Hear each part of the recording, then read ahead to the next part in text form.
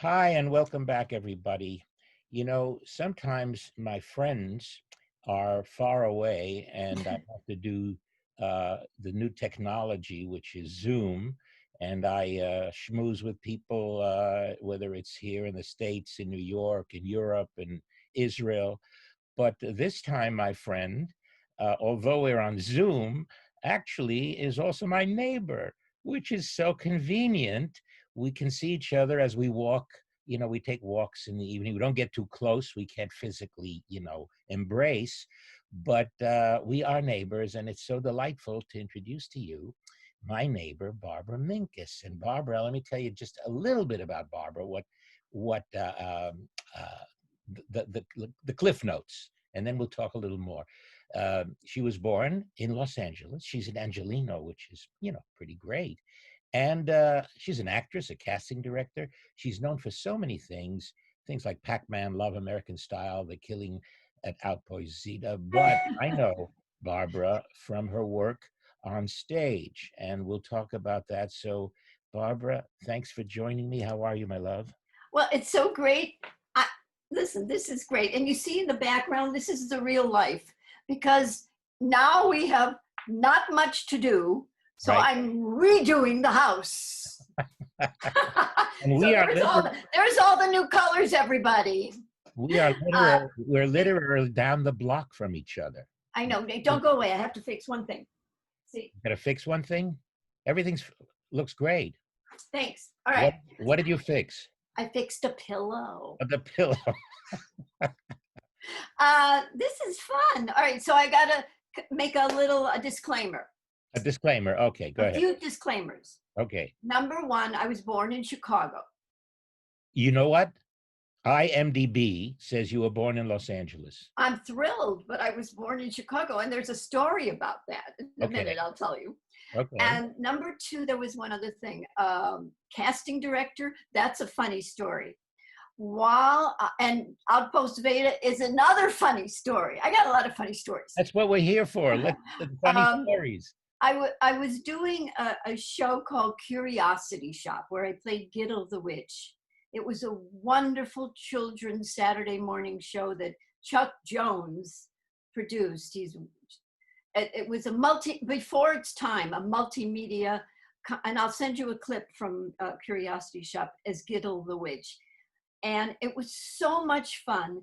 And the producers decided that they wanted to do 10 science fiction movies. And they asked me if I could recommend friends because I'm notorious. Let me turn off my phone. I'm notorious for networking, right? Notorious. So I said, I would love to help you do this, but I don't want it to be known that, Barbara Minkus is doing this. I'll be Barbara Barron, which is my married name. I said, I'll help you. 10 shows, it's going to be so much fun. And I'll call in my friends and imagine their faces when they see it's me. So Arnie and I had just gotten married. We were married for about 4 years then, 3 or 4 years. And there I am doing 10 shows with Anne Spielberg. Annie. You know Annie? My Yeah, Annie, I whose know Annie. mother owned that wonderful restaurant on Pico. Of The course. Milky Way. So Anne Spielberg is the executive casting director, and I'm working under her, Barbara Barron. I had so much fun, and they were looking for this one part that they couldn't find, and I said, I would love it if my husband could play this part. Now, my husband is an ophthalmologist. Doesn't care about showbiz one bit, except he enjoys watching me sing. I'm sure your wife is the same way. Absolutely. So, Outpost Zeta, starring Arnie Barron. And he had 5 words. Yes, sir. No, sir.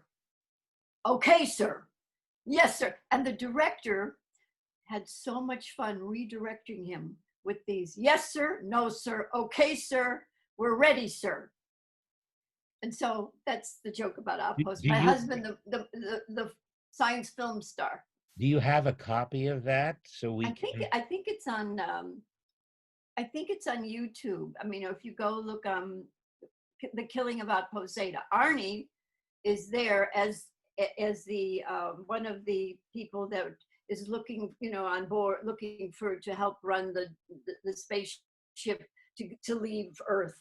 Yeah, The yeah, but command center. if I put that up, Arnie will never talk to me again. So No, don't put it up. That's why I had to tell you the story. That was the beginning and the end of my husband's showbiz career. Thank God. Lucky for him. So if that's And the case, let's go back. And you were born in okay, in Chicago. You're from Chicago. And how right. did you start, in our wonderful business as a child? Were you a child actress? My grandmother was Florence Ziegfeld's rehearsal pianist in Chicago at the Chicago Musical Academy. And my mother was a professional singer. She had a great voice. And I started singing at 3 years old. But instead of singing the Itsy Bitsy Spider and Row, Row Your Boat, I was singing Why Was I Born? So, why was I born? Why am Because I my mother's living? staging, right? So I knew more songs by the time I was 4, ballads that unbelievable. They would fill my childhood with songs. So I naturally assumed that I was going to be a great, famous singer, performer. But there was a little problem because everybody in my family loved to eat. And by the time I was 12, I weighed 195 pounds. You, Barbara, Little Barbara, little who weighs 100 pounds. petite Barbara? Yeah. And by the time I was 15 in high school, I was 200 pounds. I don't believe it. No, I could send you pictures about that one too. So I auditioned for the Playboy Club. See, now I'm getting to the point, in Chicago as a singer. But again, I was very big, very heavy. And so I decided, since I wanted to look like the bunnies, I would wear these high heels when I walk onto the wooden stage to sing. And of course, when I walked on the stage to sing, being so fat and wearing 2.5-inch heels, I fell and slid right across the floor and sang from the floor, "Forget your troubles, come on, get happy." They couldn't stop laughing. They hired me right away. I had no act. I was a singer. So my mother, God bless her, had a friend who had a friend in New York. His name was Philip Della Penna. I'm not sure if he's still with us, but he wrote acts. So there I was signed to the Playboy Club as a comedian. And I went to New York and I stayed at 17 years old at the Evangeline Girls Club on 13th Street. I don't recommend it to anyone if it's still in business. No. It was not for me. But anyway, I had this act written, and I came out with a bass drum because it was the only instrument that I was in proportion to. That I was wearing it, and it spun, and and Philip decided that there should be a trap door where I could throw out hot dogs. If it's a Jewish show, it would be kosher hot dogs. If it's or whatever, Polish sausage. I was ready for anything. So throwing out, and then I would turn the drum over, and I would play with these wooden drumsticks. Bum bum bum bum bum bum bum bum. Then I'd look out in the audience, and then I'd go bum bum bum bum bum bum bum bum. And then I'd look at the audience and I'd say, "What's the matter? You never heard Feelings before?" Well, this was the act. The opener was, "I'm going to be a star," and comparing me to Judy Garland and Carol Channing. Needless to say, it was an awful act, okay, with the drum included. So while I was in New York, like around the second or third week of living at the Evangeline and having this act written for the Playboy Club. And you were still heavy? Enormous. Okay. I was walking on 62nd Street. I was on my way to that famous ice cream store, Serendipity. See, I like ice cream. And I saw this sign, Gus Shermer Theatrical Agency. So I walked in and I asked to see Gus Shermer, who just happened to be walking out, and said, "Who are you?" And I, of course, said, "I'm Barbara Minkus and I'm going to be a star." And he said, "Yeah, well, really, look at you." And I said, "Well, listen to me." And I sang Forget Your Troubles, Come On, Get Happy, and a little bit of VC Darte, because, you know, I was trained as an opera singer. So he gets all excited, this is a true story, and takes me over to the Plaza Hotel, where his friend Julius Monk was producing a cabaret show called Bits and Pieces. Ah. And Gus says, it's a true story, "Julius, you've got to hear this girl sing. She's your next Toady Fields." Now, I never knew who Toady Fields was. I mean, so I just sang, and I started, you know, VC Darte, "Perché, you know, perché, signora," you know, and Julius couldn't stop laughing. So he turns to me, and first he says to Gus, "Gus, we're doing it. What is your name, my dear Barbara? Minkus, Mankus, Pinkus?" And I said, "No, it's Minkus." And he said, "We're in. You're going to be in Bits and Pieces." So I got permission from the Playboy Club to postpone my opening with that awful act. And that's how at 18, I was under 18, I starred with 5 other people. It was kind of like a review, upstairs at the downstairs type of review, Second City type of review, musical review, and Julius Monk's Bits and Pieces. I did not know anyone in New York. That's how it started. And because in my family, we would eat all day and then we'd sit down and eat 3 meals a day. Also, you know, there was 3 meals and then we eat all day in between. I saw that people in New York were only eating 3 meals a day. So I just decided to try it. And the weight just fell off of me. And I lost, in 10 months of doing Julius Monk's show, I lost 85 pounds. And guess what? I was fired. Because Julius only wanted a chubby cherub. So that was the beginning. But I was able to postpone that Playboy Club for many, many years. And did you ever go back to that weight, or that was it? No. So it wasn't. I was a compulsive overeater, but and I had a lifetime of struggling with, you know, weight issues. I don't anymore. I mean, but I did. I joined Overeaters Anonymous at the same time joining Weight Watchers, and you know, I was trying everything I could to watch my weight. But it was a problem because I never knew any different than eating all the time. And well, now I don't eat all the time because there's certain foods I don't eat. That's real simple, including ice cream. you sent me a little, now that we're all, you know, busy with Zoom, because, you know, we're sitting at home, and when we look at our schedule, tomorrow looks exactly like yesterday. And God willing, this eventually will be over. Yes. So you sent me a little clip that I loved, reminiscing about a show that I remember you from, and that's The Education of Hyman Kaplan. Yeah. But that wasn't your first show in New York, was it? Well, after Julius Monk, after I was fired, I did the Danny Kaye show. Ah, hold on there. Just a minute. I have a surprise for you. Okay. I tried to get it downloaded, but they wouldn't allow me to. So I'm going to just do something now and see if you can hear it, okay? Yeah. The little girl who played the part of Rhoda in that last sketch is a very talented young lady named Barbara Minkus. And I'd like you to hear her sing now, when she really means it. Oh, that's nice. Barbara Minkus. That's Danny Kaye. Can you hear this, Barbara? I can, thank you.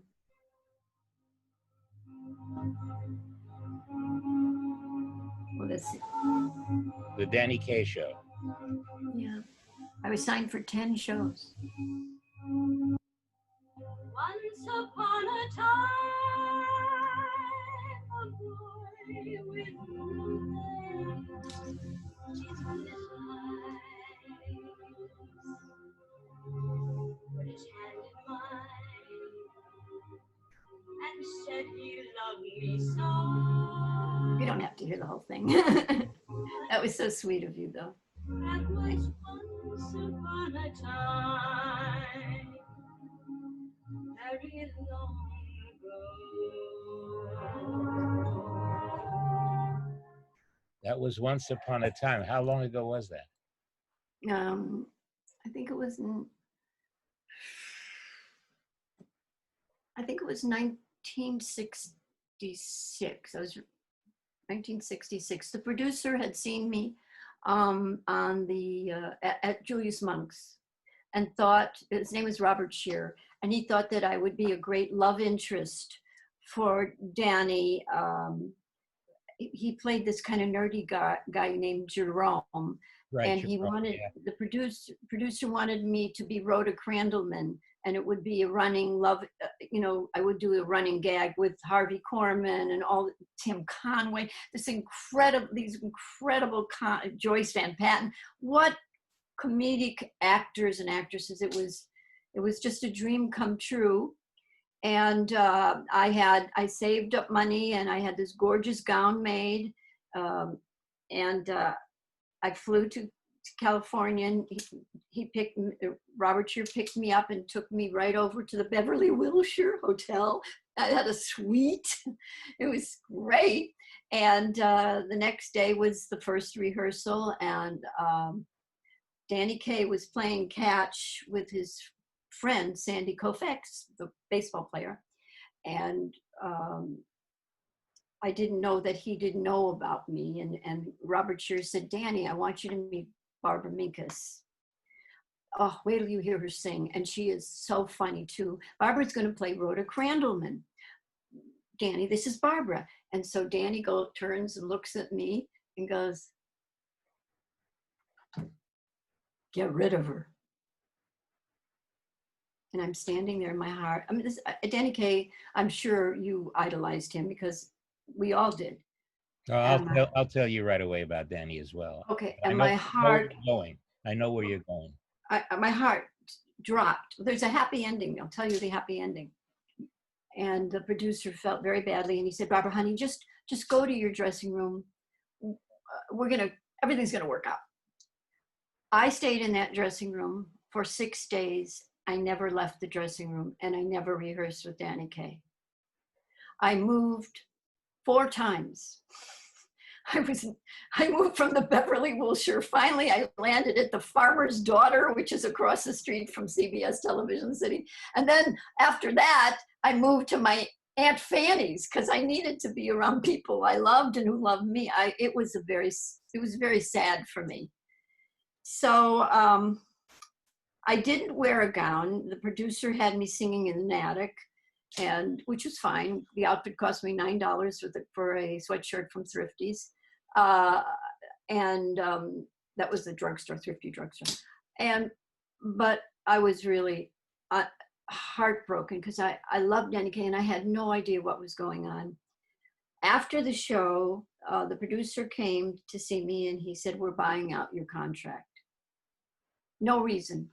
"You were wonderful, Barbara, but we're buying out your contract." Well, so I came back to New York, and my friend Clark Gessner was doing a record album of songs written for Charlie Brown about Your Good Man Charlie Brown for Decca Records. And he asked me if I would be Lucy on the record.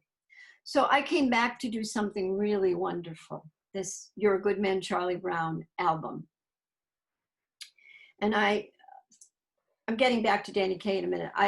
I told my Clark that he should put it together as a Broadway show, off-Broadway show. I told you I do this all the time.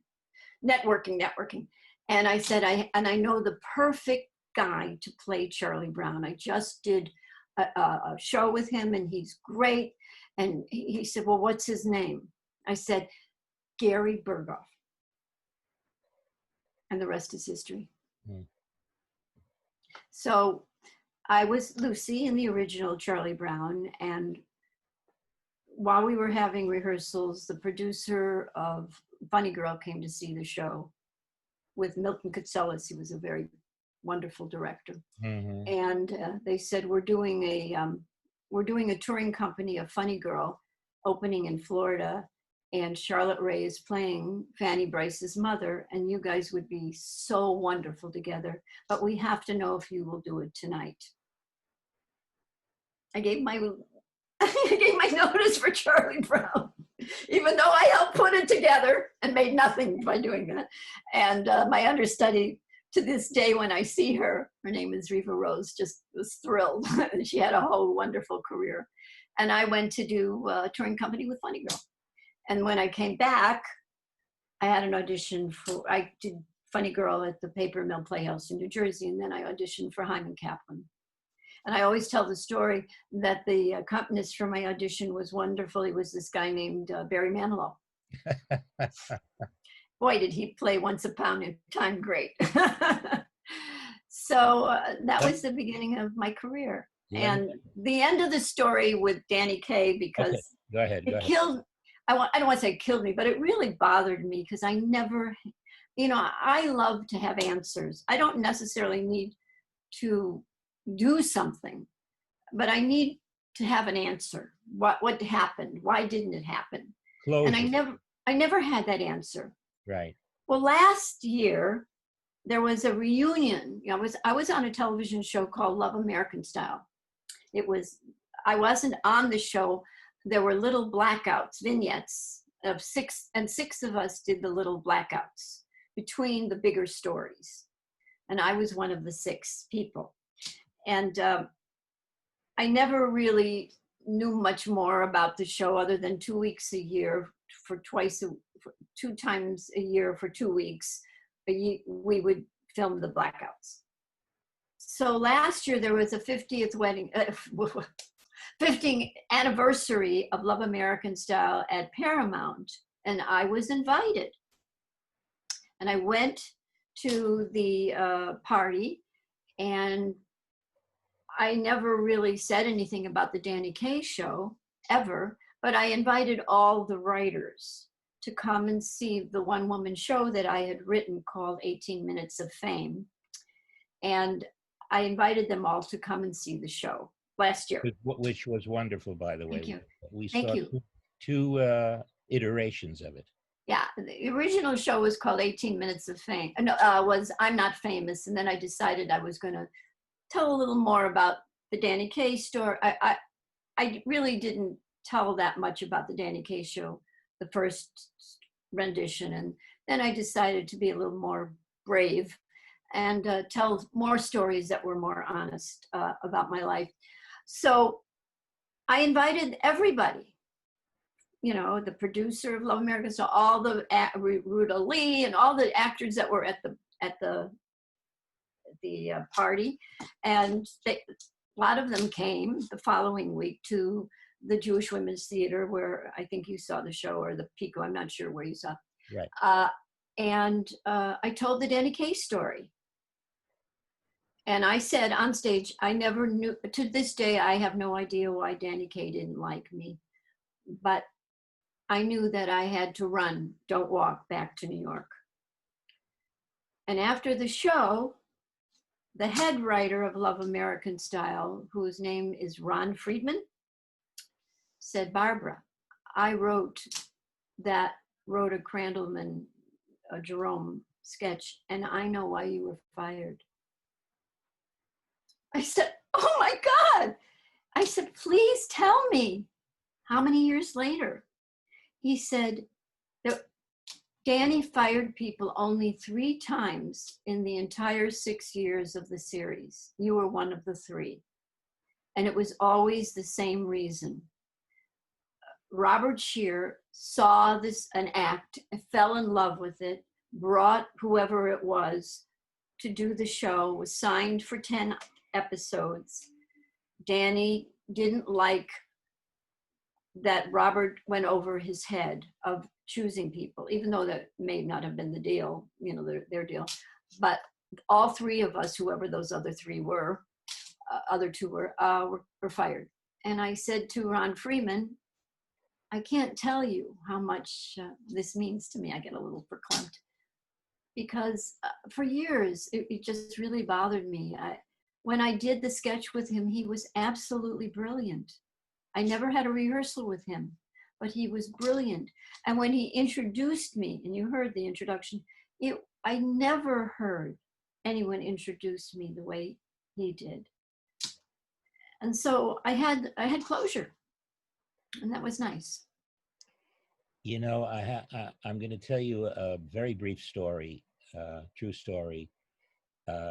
Obviously, he was one of my heroes, idols. I don't think there's been any entertainer with the talent and charm and Brilliant. chen that he had.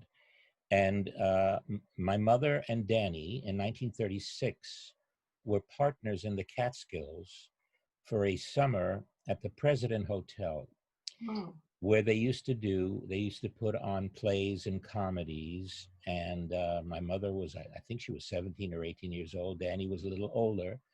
And they, from what I understood later, it was more than just partners on stage.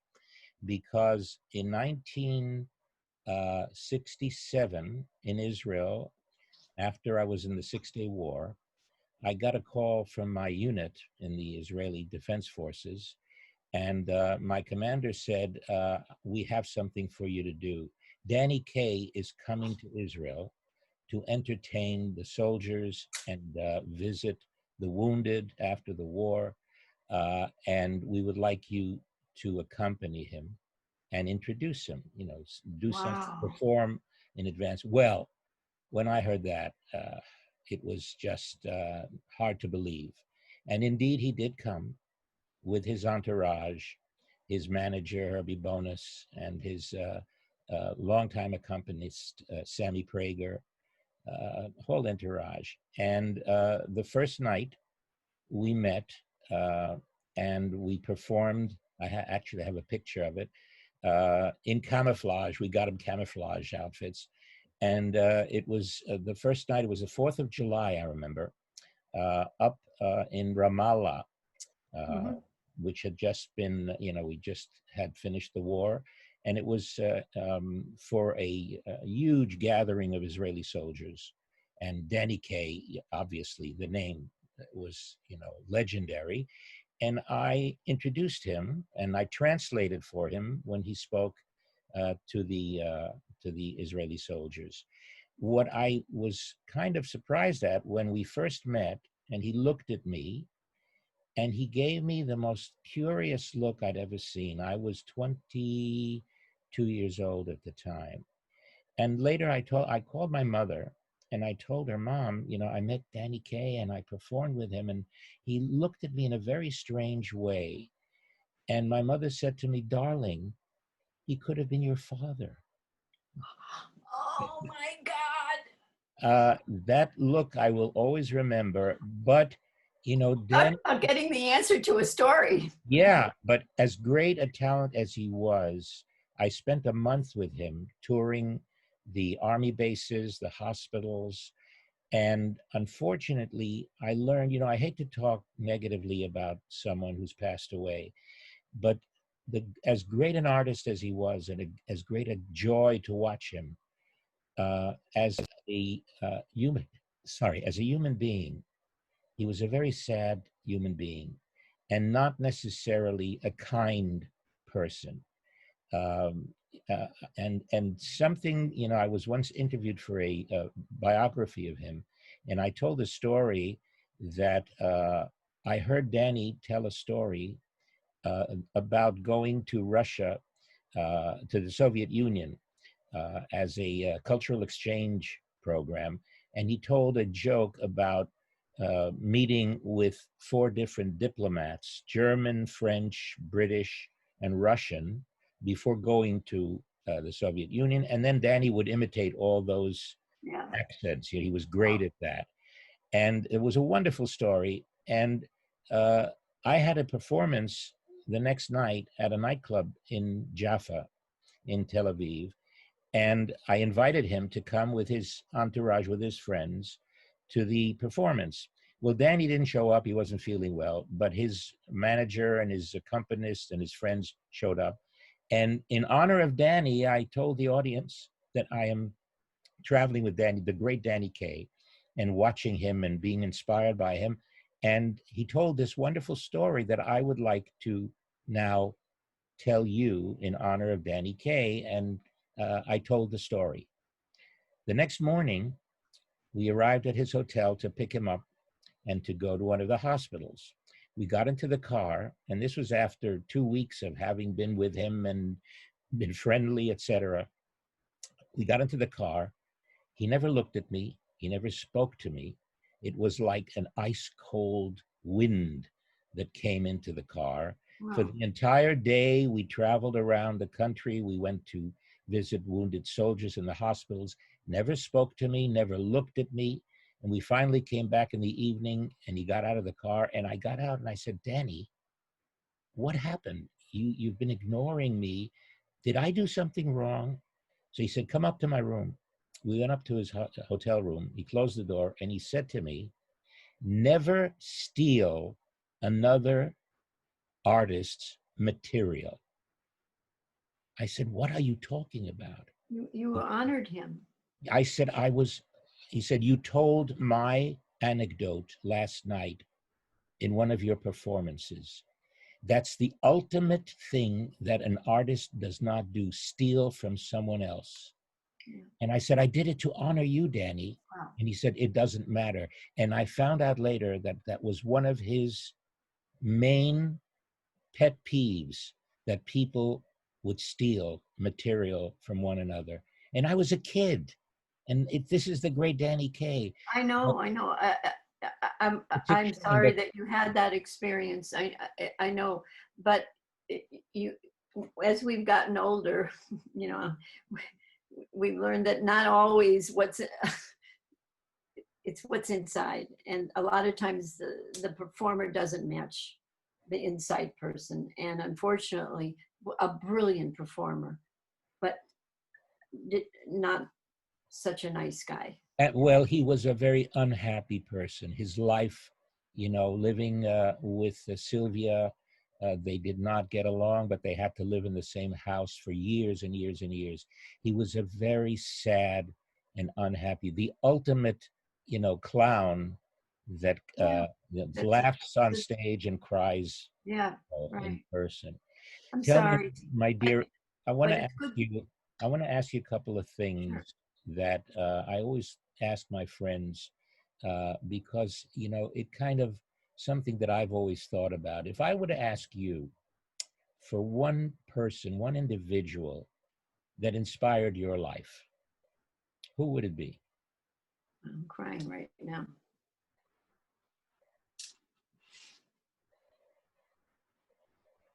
I think that there's two, and it isn't my mother or father. Or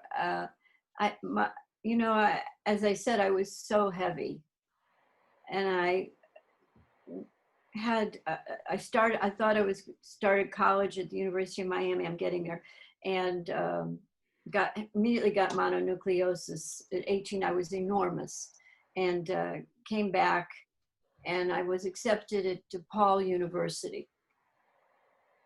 These are two people that helped me, I'm going to mention. And I had a voice teacher. Her name was Catherine Whitwer. Boy, she just gave from her heart and made me feel like I was beautiful. I'd like to say that most heavy people have problems. They don't think they're pretty. It's true.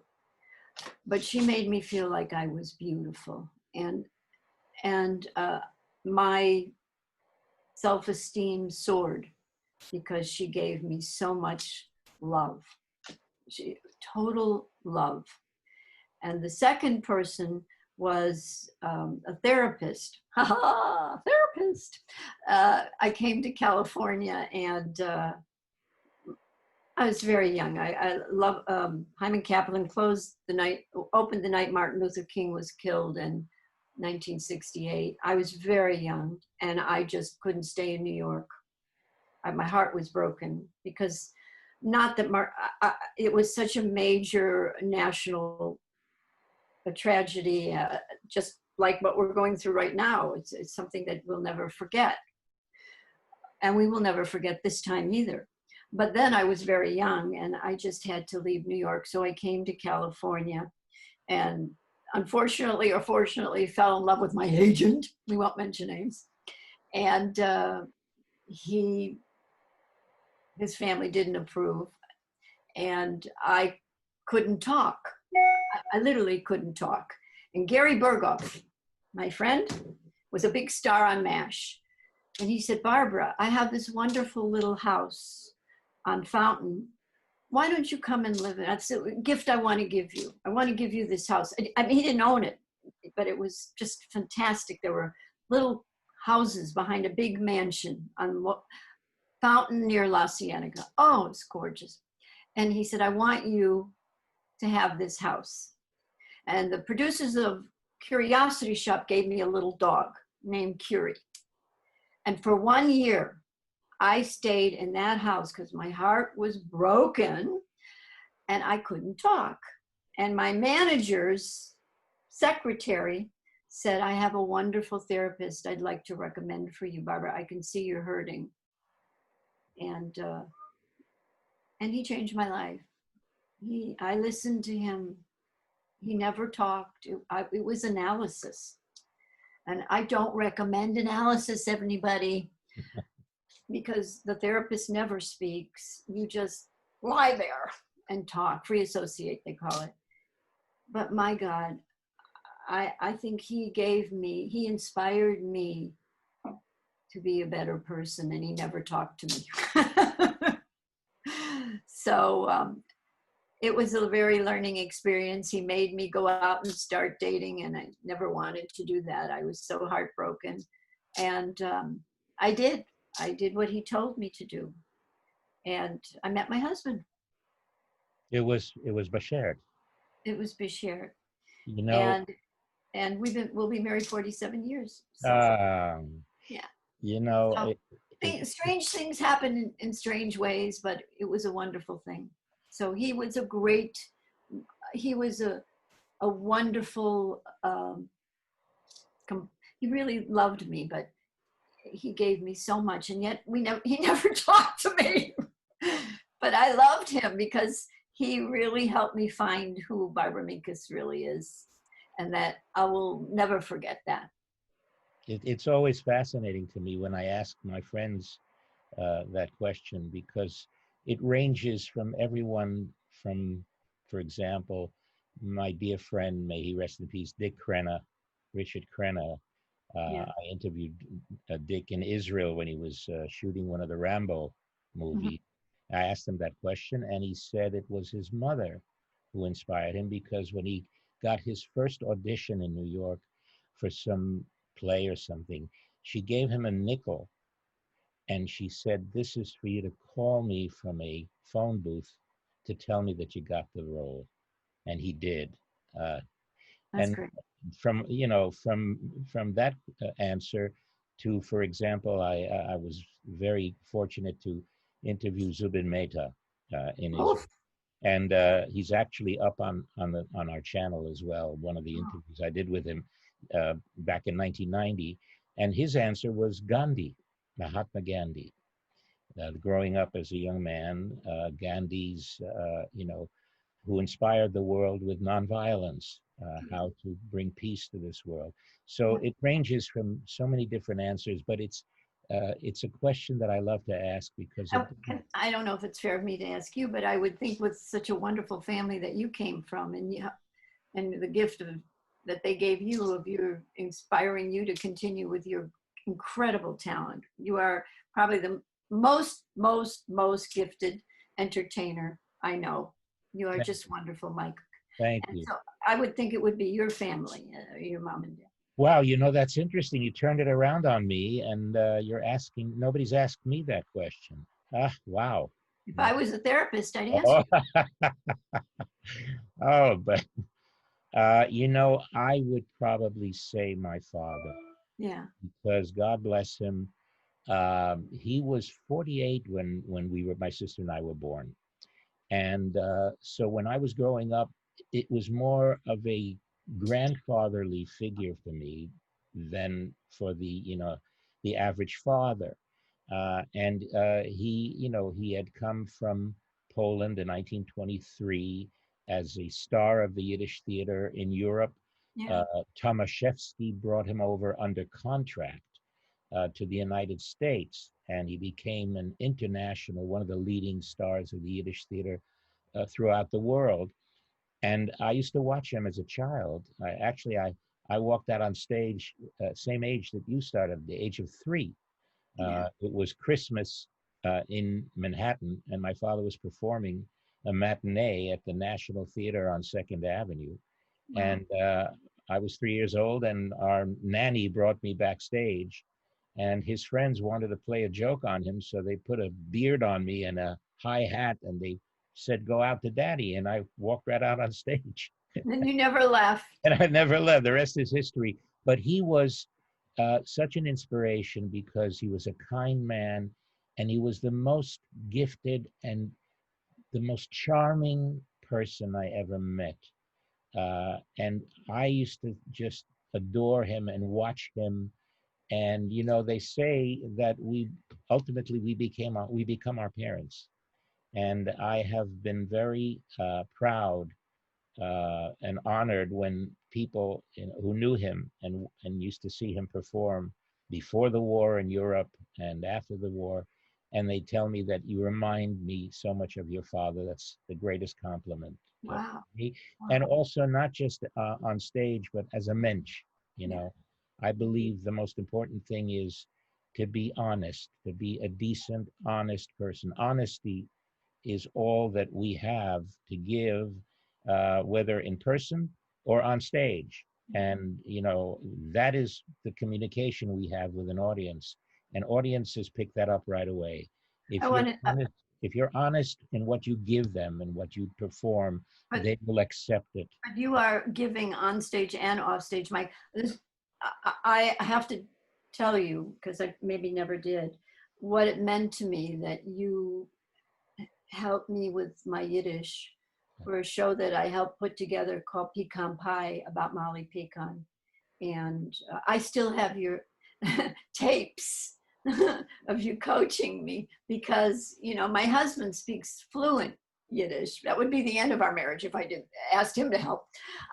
Don't ever ask your husband or wife to, but you graciously brought me into your house and took that script and taped it for me the way it should sound. And I learned everything from your tape. And, Thank you. Well, and Barbara, I we can't tell you how much that meant to me. well, it doesn't cost you anything to help someone else. No. That's it to me. It really is surprising because it doesn't always work, for me, the other way around, especially in our business. But if we can help someone else, then and they succeed, that's the greatest gift we can give, and it doesn't take anything away from you. No, Uh, I took you on stage every night, every uh, day, uh, no Thank matter where I did the show. So you, my darling. Well, it has been such a joy just to chat with you because that's what this the channel is all about. It's not an interview show. It's just friends, good friends getting together and schmoozing and talking. And please, I'm gonna write this down. Please tell me again, and then you can tell everybody listening at the same time. oh, it's just my on YouTube. My YouTube channel is Mike Burston and Friends. Very easy. And since you like to, what was it you said? You like to put people together, Barbara, right? So I do. share it, and this will be up in the next day or two, our little chat. And Okay, thank you. But I need to ask you, is Burston, is it A, and then it's all one and A-N-D? it's the, what do they call it? An ampersand? Okay, yeah, it's that. Yeah, It's that yeah, little okay. thing. But if you write and, it'll go there as well. Yeah, Just okay. on YouTube. And it's a Friends. lowercase? No, it doesn't matter. Okay. Just type in on YouTube, Mike Burston and Friends. Before we close, I want to tell you that I have just written a webinar. Did I tell you this? Yes, please, let's talk about it. Oh, I'm filming it, social distancing, everyone, on a Friday at my house. And it's about life. It's songs about life. And I felt that the best way I can express my feelings about what we're all going through, all of us, because we're all going through it, is through songs. And I'm so fortunate. I have a wonderful musical director. And I'm so fortunate that he had put this together with me, and the co-producer of my 18 Minutes of Fame show is going to film it, and I will get it to you. Who knows? But I hope it's going to be good. I have no idea. It's going to be from my heart, and it's songs about life as we are living it now. It's not negative, because I look at life half full rather than half empty. So it's a very positive. Hi. Well, I'm so glad to be here tonight, and I'm so glad to be singing this song. It was written by Marvin Hamlish and Johnny Mercer, and for the movie Koch. And it was the first song Marvin Hamlish was nominated for an Academy Award. And, have I said enough ands? I think that they had the secret to life. You see, life is what you make it. If you can take it, it's worth a try.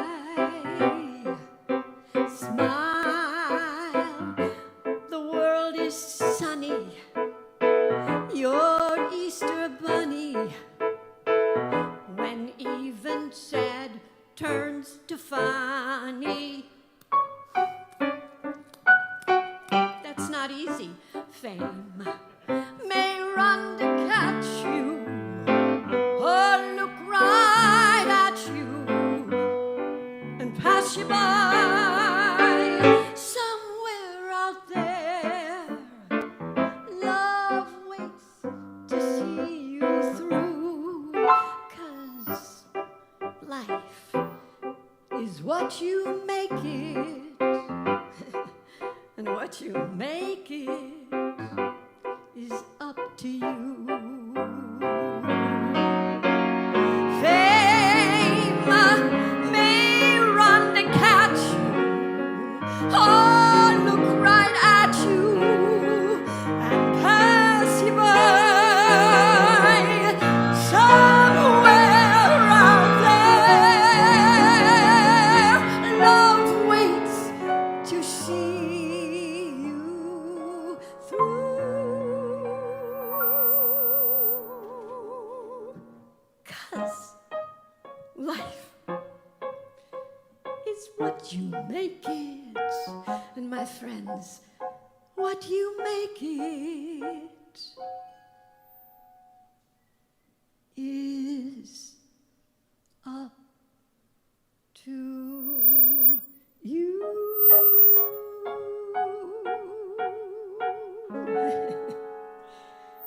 It's up to you.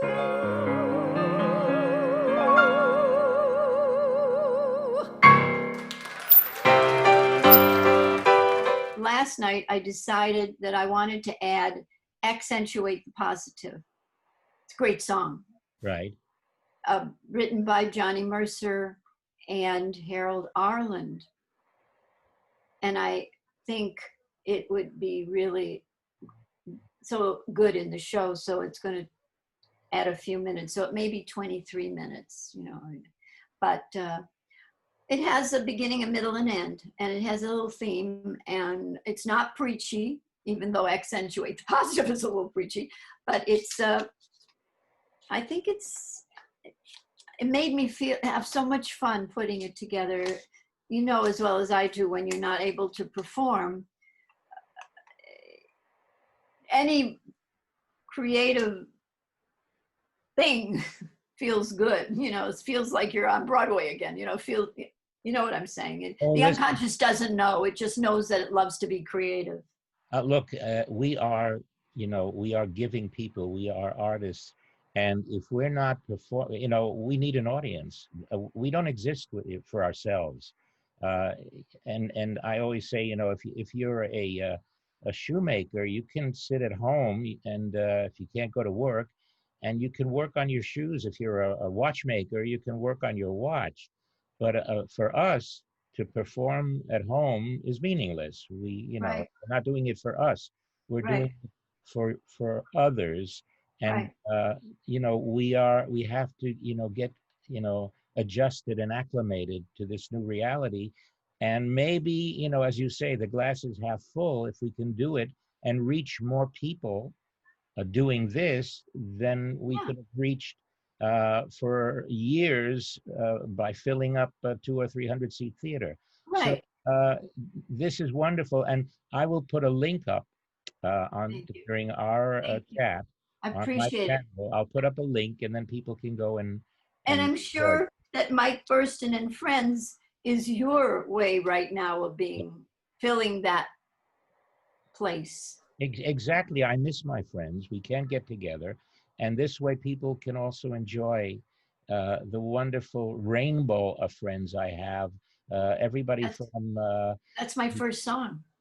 the rain, somewhere over the rainbow. Yeah. Oh, I sang it when I was 12 years old in Chicago on the Morrisby Sax Amateur Hour, and I won third place. But it's a beautiful spandex watch. I'm going to show it. And of course, I put it on this morning and the band was broken. So I'm going to see if I can get it fixed. well, thank Had you, it for a long time. my dear neighbor. Thank you Thank so you, much honey. for joining me. I'll see you if we take a walk later on. We'll wave at each other. Okay. And I want to thank all you friends who have been watching us. And remember, my motto, Barbara, is Carpe Diem, seize the day. I always leave you with that. So, And folks, and mine is life is half full, not half empty. So uh, we got two good ones. very similar, very Yeah, similar. that's Well, great. Give my love to your wife. Enjoy your walk with your son and his thank you. grandchildren. Or it's about family, the ones that we can see, that it means so much. You know, we are with our two grandchildren a lot because they live so close, and we make sure that we stay safe because it's a joy, isn't it? And it's about life. It's about life. That's what my show is. Right. And one of my favorite songs is by my friend Artie Butler called I'm singing it. It's my last song. Here's to Life. It's Absolutely. my last song. Here's to life. So we know what your first song is and what your last song But is. tune in, And now everybody. we have to see what's in between the bookends.